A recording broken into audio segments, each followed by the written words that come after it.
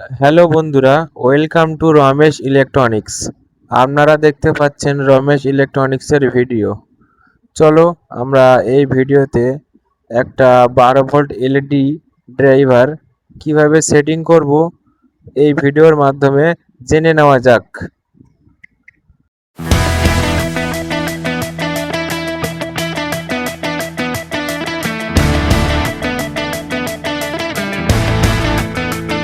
আপনারা দেখতে পাচ্ছেন এখানে নিউট্রাল আর লাইন বলে এন বা এল দেওয়া আছে।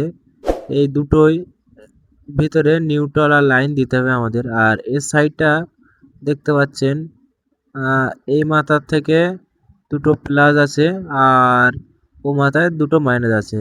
এবারে আমাদের লাগাতে হবে এ মাথার থেকে একটা প্লাস বা ওই মাথার থেকে একটা মাইনাস, এইভাবে আমাদের লাগাতে হবে।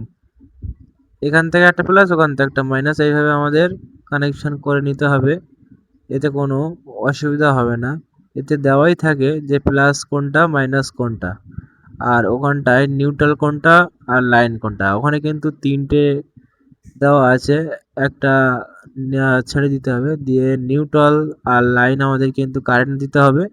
আর এদিকে প্লাস আছে দুটো আর মাইনাস আছে দুটো, তার ভিতরে আমাদের প্লাস মাইনাস ঠিক করে নিয়ে লাগাতে হবে। লাগালে আমাদের কমপ্লিট হয়ে যাবে সার্কিট। চলো আমরা দেখে নেই কিভাবে আমরা তারগুলো লাগাবো। প্লাস মাইনাস বা কারেন্টের যে তার হয়, নিউট্রাল লাইন, আমরা কিভাবে লাগাবো এই ভিডিওর মাধ্যমে দেখে নেওয়া যাক।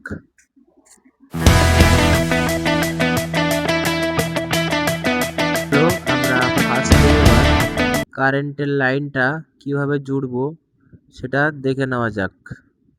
প্রথমে ঢাকনাটা ওপেন করব, করে নাটগুলো খুলে নেব। নিয়ে আমাদের যে কারেন্টের তারটা আছে, এই তারটা আমাদের কিন্তু এখানটা লাগাতে হবে। নিউট্রাল আর লাইন আমরা সেইভাবে লাগিয়ে নেব। নিউট্রালে নিউট্রাল দেব, আর লাইনে কিন্তু আমাদের লাইন দিতে হবে, না হলে আমাদের সমস্যা হতে পারে। সেইটা আমাদের দেখে নেওয়া দরকার যে নিউট্রালে নিউট্রাল আর লাইনে লাইন। আমাদের লাইন জোড়া হয়ে গেছে, নিউট্রালে নিউট্রাল লাইনে লাইন আমাদের কিন্তু জোড়া হয়ে গেছে।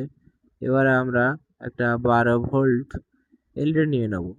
এবার এলইডির আমরা যে প্লাস মাইনাস থাকে, এবার প্লাস মাইনাসটা আমরা লাগিয়ে নেব। এবার দেখতে পাচ্ছেন এখানে দুখানা প্লাস আছে আর দুখানা মাইনাস আছে। এবার আমরা ঢাকনাটা ওপেন করে প্রথমে প্লাসটা লাগিয়ে নেব। আমরা আগে প্লাসটা প্রথমে লাগিয়ে নিয়েছি, এবার আমরা লাগাবো। যে কোনো দুটোর ভিতরে একটা মাইনাস আমাদের লাগিয়ে নিতে হবে, যে কোনো একটা লাগিয়ে নিতে পারেন।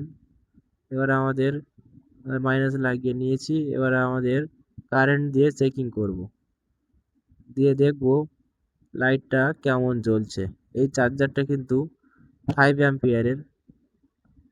আমাদের এই চার্জারটা দিয়ে 5 অ্যাম্পিয়ারের মোটর কিন্তু চলতে পারে। চলো আমাদের লাইট